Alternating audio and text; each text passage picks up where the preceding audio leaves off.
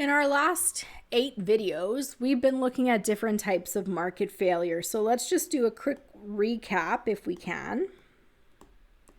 Let's list the different market failures and the problems they create and the solutions. So, what are they? We have public goods, and the problem they create is the free rider problem. Because of the free rider problem,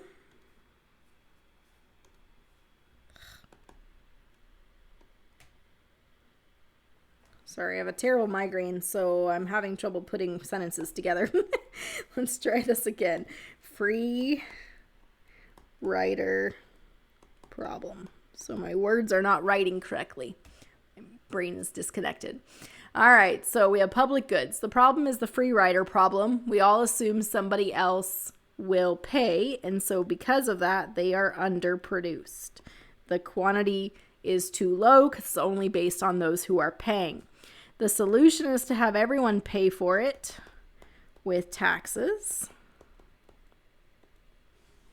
All right. The second market failure is what? Common goods. And the problem with that is the tragedy of the commons, which leads to overconsumption.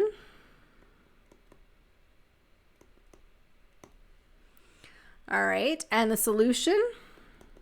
License, quota, legislative controls.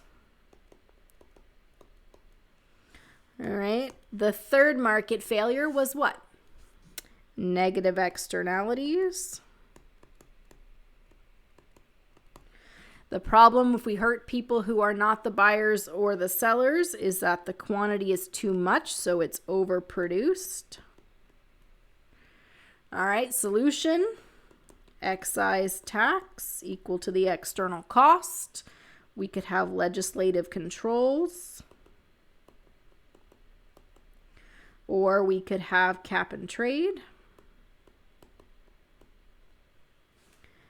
All right, our fourth market failure is positive externalities,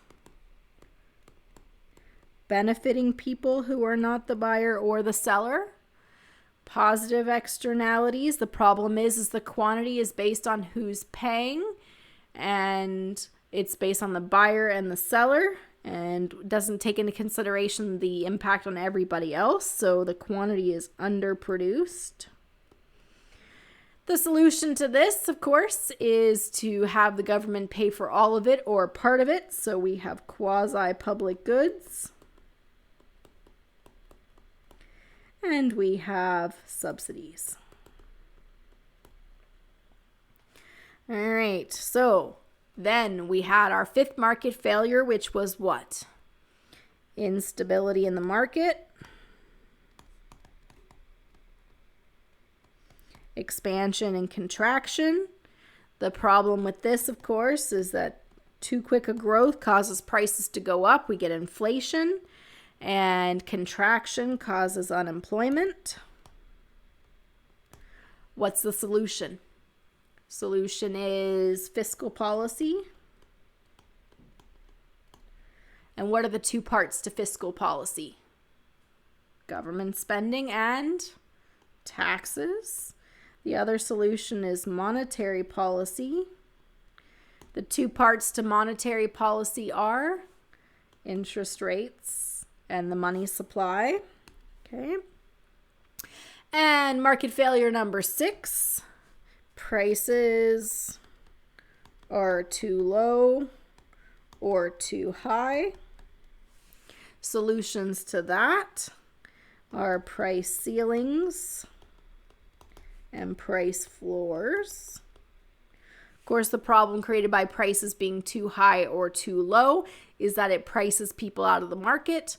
You can't afford to live on a low wage. You can't afford a place to live if rent is too high. So you can't afford to buy the things that you need. All right, we have 2 more market failures we want to discuss in this last video. And so The last two are income and wealth inequality.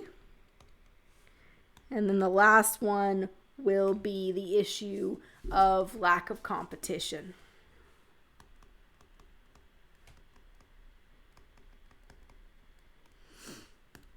So, in a perfectly competitive economy, in a perfectly competitive market, supply and demand determine what gets produced, how much gets produced, and who gets it. The challenge, of course, if there's no government intervention, is that we have income and wealth inequality. Now, there are entire courses in poverty and discrimination. You could take a whole area of economics on this issue of income equality. But the challenge, of course, is that when we look at the perfectly competitive market, that's supply and demand, you need to create something that people want. The market rewards effort, ability, the ability to meet the demand of your customers. If you can't provide what people want in the way people want for a price that they want, then people are not going to buy your products and your business will go under. If you can't work and to earn a living, then you won't be able to buy things. So a perfectly competitive market, it creates inequality if you can't work or provide a good or service people want. But it also perpetuates existing inequalities. So the rich get richer, the poor get poorer. So without government intervention, those who can't work or have resources don't get any. So what is the solution? How do we deal with this? Well, there are some solutions to income and wealth inequality. We have, for example, a progressive tax system. So we have tax brackets. The higher your income, the greater percentage that you pay. The lower your income, the lower the percentage you pay. And so the idea is to redistribute the wealth. Okay. We also have social and welfare programs. We have employment insurance. So if you get laid off, you're eligible for EI. If you have a disability so you can't work, there is AISH. So these types of programs help redistribute the wealth. Now the question of should we redistribute the wealth and how much should we distribute is a normative statement. We can look at the positive aspect, that is, if we offer EI, what happens to the length of time people are unemployed? What happens to people's standard of living? But should we and how much should we redistribute the wealth? Those are opinions. And so as we look at different political parties and their views, there are different views as to how much we should redistribute the wealth. But let's think about it in terms of a more general view, which is should you do it at all or not? Well, we know that if you don't provide any type of support or redistribution of the wealth, the problem is that people die and there are people who are unable to feed themselves and their families. On the other extreme, if we fully redistribute the wealth, what happens to the incentive structure that the perfectly competitive market is based on? And we can think about this in terms of class grades, for example. So let's suppose that the average grade in the class is a 65. We could redistribute the wealth here by taking everyone who has a grade above 65, and we'll take a couple points off of you. And everyone who has a grade below 65 will give you a couple points. So let's suppose that you made a 90 on the last test. Are you willing to give up 10 points? We'll push you to an 80 so that those who got 40s on the tests can have a 50. Sound like a plan? Sound reasonable?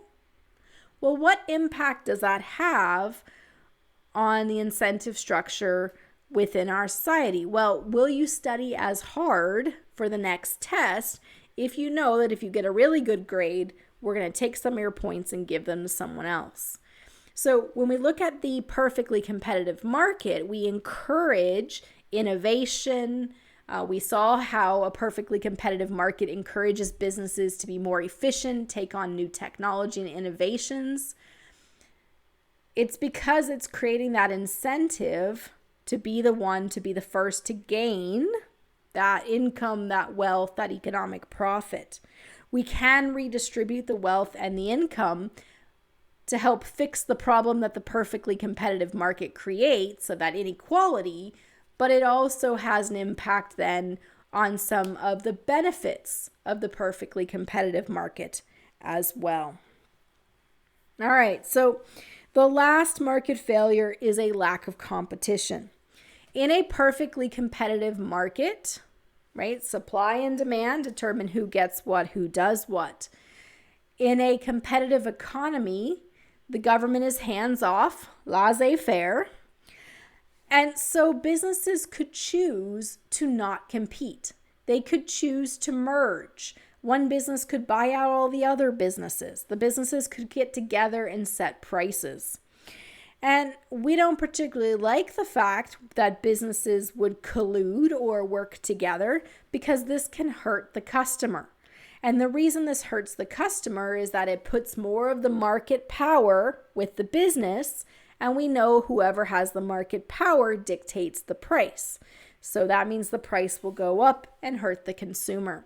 So when it comes to this issue of lack of competition, in a perfectly competitive market, businesses are free to choose not to compete. But we don't want that because from a society's perspective, customers benefit when there is competition. If you remember, demand and supply in a perfectly competitive market assumes a large number of buyers, a large number of sellers, each competing. All the businesses are competing for the customers. All the customers are competing against each other to buy from a business. It's that large number of buyers and sellers, that perfect information, so you know what everyone else is charging, that leads us to this productive and allocatively efficient outcome. It's the one that maximizes the deal to both the customers and the producers. But if there is no government involvement, businesses don't have to all compete for the customers. Customers don't all have to compete to buy from a business. They can bandy together, right? We talked before about like the wheat board, where producers of wheat and milk and cheese, work together. Why? It's to gain market power, so businesses have more influence on the price and can make sure the price is profitable for them. Well, that's what we're talking about when we talk about lack of competition. Businesses could band together to influence the price, and then no longer are we maximizing both the consumer surplus and the producer surplus. So we're going to be talking in some subsequent videos about markets that are less competitive. So monopolies, no competition. Oligopolies, a handful of competitors. And monopolistic competition, lots of competitors, but you differentiate your product so you can act a bit like a monopoly. So we're going to be looking at these different markets to look at, how do we deal with the lack of competition and what is the impact of that. But for our discussion here, the market failure is the lack of competition. This can lead to higher prices because that market power rests. If there's a lack of competition among businesses, that's higher prices. The solution to this is government intervention, and we're going to be talking about some laws against collusion.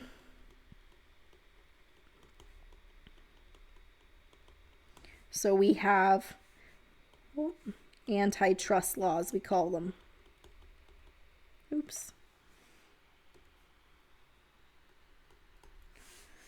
So we're going to be diving into that in more detail in subsequent videos. But before we leave today, let's just look at one last chart.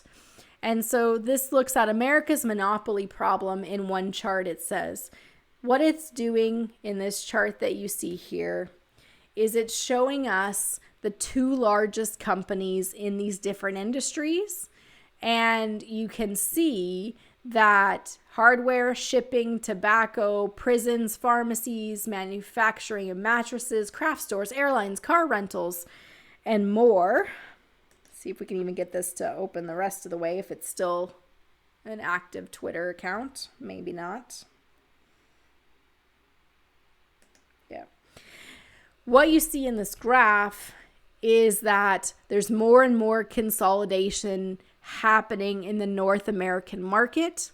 There's lots and lots of mergers, so less and less competition. So we need to better understand the impact it has on our society and on the market when there is less competition.